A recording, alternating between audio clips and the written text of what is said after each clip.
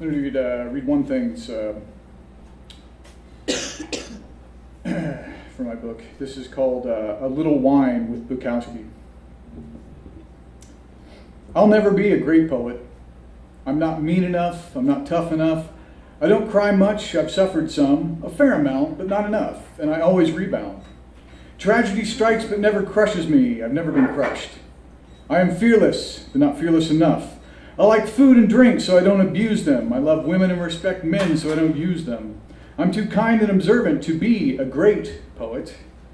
I don't float above life like a god. I have to be down in it like a correspondent. I want to use drugs for the rest of my life, but not right now, thanks, no.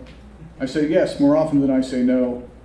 I don't sweat, I don't swear often enough, I don't bleed often enough. I haven't been in a fist fight since grade school, unless you count that scuffle with a jealous husband when he tried to ram my head through a door, or the morning he came to my home with a shotgun fresh from Walmart still in the box in the trunk of his car. Other than that, I'll never be a great poet. I love my family more than I hate them, and my hatred is pretty tame. I fight against invective. I'm a good driver. I'm not impulsive. I avoid conflict. I've never cursed or claimed a God. I wrote stories and drew pictures instead of praying in church as a kid and led hymns and shook hands and then just wandered off.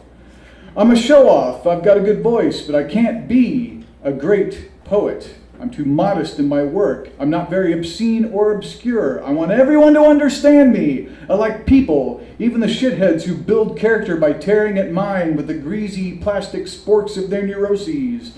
They're the best, and they're inheriting the earth all the time. There is no room for me in great poetry. I'm a nice guy. I don't evangelize. I don't smoke cigarettes anymore. I want to live life, not be used up by it.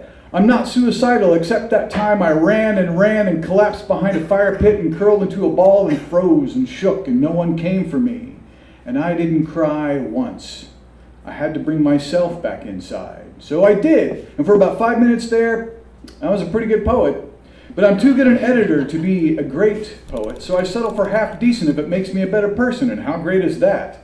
I take rejection well. When it shows up in my mailbox, I think, well, fuck you anyway. And when I get it in my life, I think, well, guess I better write some more poems. I like being employed. I don't covet much. I'm not afraid of you, but do you think this makes me a great poet? And sometimes in the middle of a poem, I stop writing, and when I'm sitting there alone in the blue, like the light of a TV after the movie's gone off, I think to myself, Tony, all you've ever done has made you the poet you are. Everything you're doing right now is refining you into gold like black oil turned to gasoline.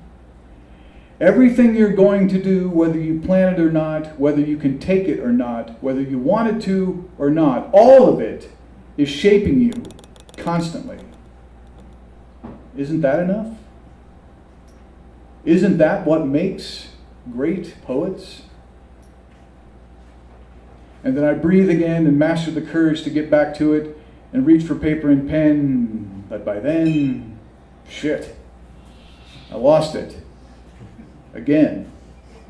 Great. Thanks.